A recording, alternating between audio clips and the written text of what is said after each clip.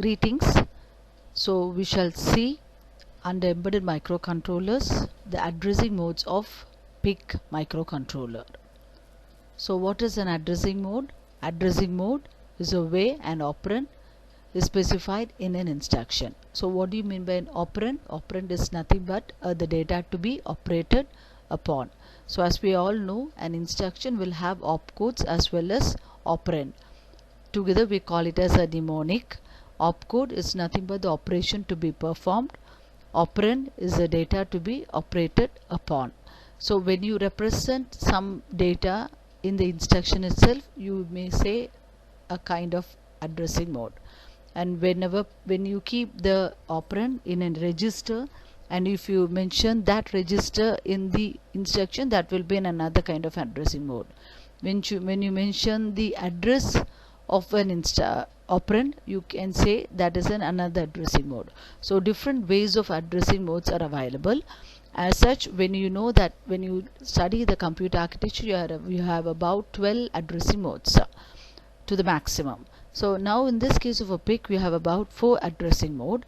The first addressing mode is immediate addressing mode, and the second one is direct as shown in the slide. Third one is a register indirect addressing mode, and the fourth is indexed read-only memory ROM addressing. So coming to the immediate addressing mode, if the data is specified explicitly in the instruction, you can call it as a immediate. So straight away mentioning the operand. So the main drawback here is when you want to change the operand, you have to go into the program and change the value. So but this is easy to write. The instructions are easy to remember and easy to write. So here you can see some example as move LW 50H. It means that move a literal value 50 to the working register. So 50 is the operand and that is moved to the working register.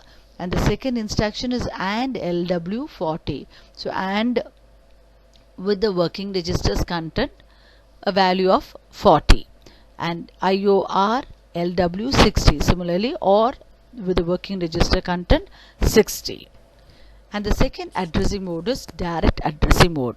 So the direct addressing mode means if the address of the operand is specified in the instruction, you call it as direct. It means that the address whatever is mentioned in the instruction, when the processor will go and check that address, and that address should contain a data. So if you have written wrongly, that data will be considered into the program.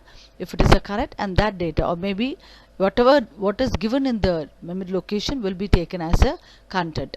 So the first example is move WF 0x10. So it means that move from the working register to the file register whose location is 0x10. So it means that the content of the W register will move to the working register whose address, the file register whose address is 10. Similarly, move FF port B comma port C.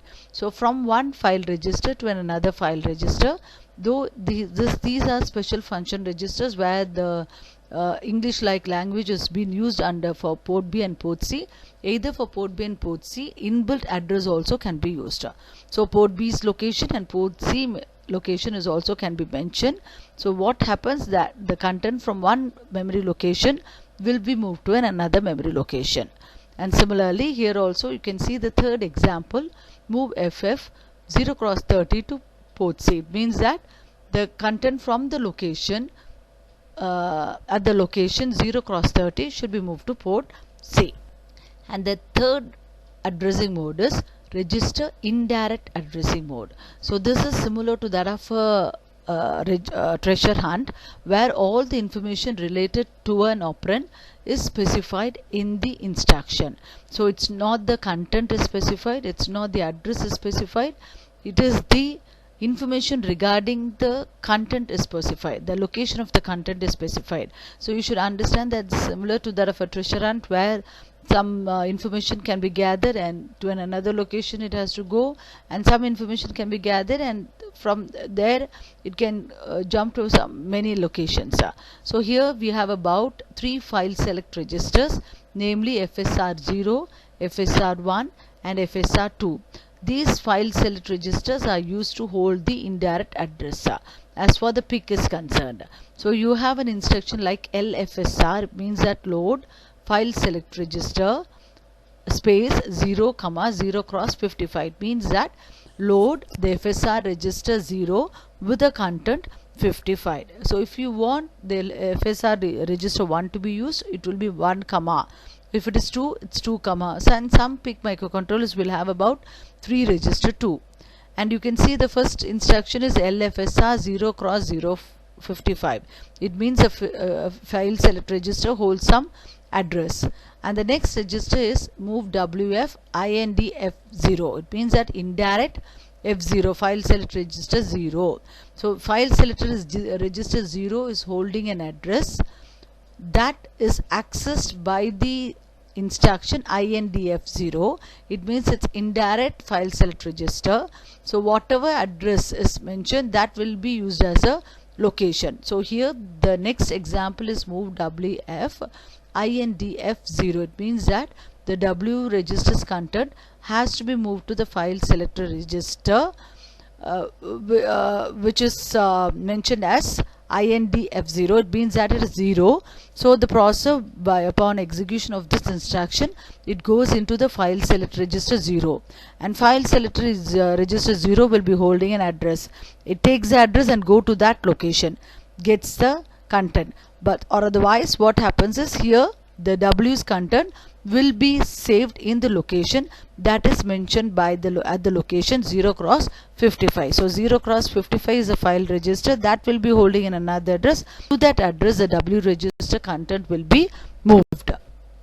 Similarly, you have another last addressing mode as indexed read-only memory addressing mode. So this is a lookup table addressing mode where the read-only memory will have a predefined lookup table. So that table can can be accessed by a table pointer, and this has got some. This is again a around 24-bit size. This has got three split into 3 parts. One is called as the table pointer low, which consists of 0 to 7 byte, that is 8 bits, and the upper 8 bits is table pointer high, and the last 8 bits up to the 24th bit it's going to be table pointer high, upper, and these pointers can be used to access the table lookup tables. So here you can see, here you have the pointer. Based on this pointer the data can be accessed, and that means TBLR read, table read, with the asterisk signature. It means that just to access, and to access an increment you will have a plus sign, and to access and decrement you will have a minus sign. Increment the table pointer and then read, it means plus and star. So wherever you go you have to remember the star.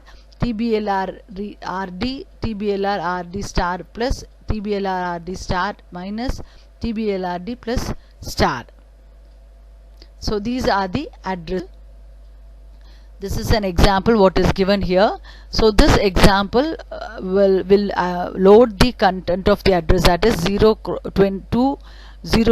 into the table pointer low and high. So you can see here you have a table pointer low and table pointer high. These values will be loaded up with 200, and then you have the table pointers read instruction where it reads the content of the table pointer. So this goes on, whatever is needed that will be done, and that can be moved into the file register, which is called as a working register. So thank you.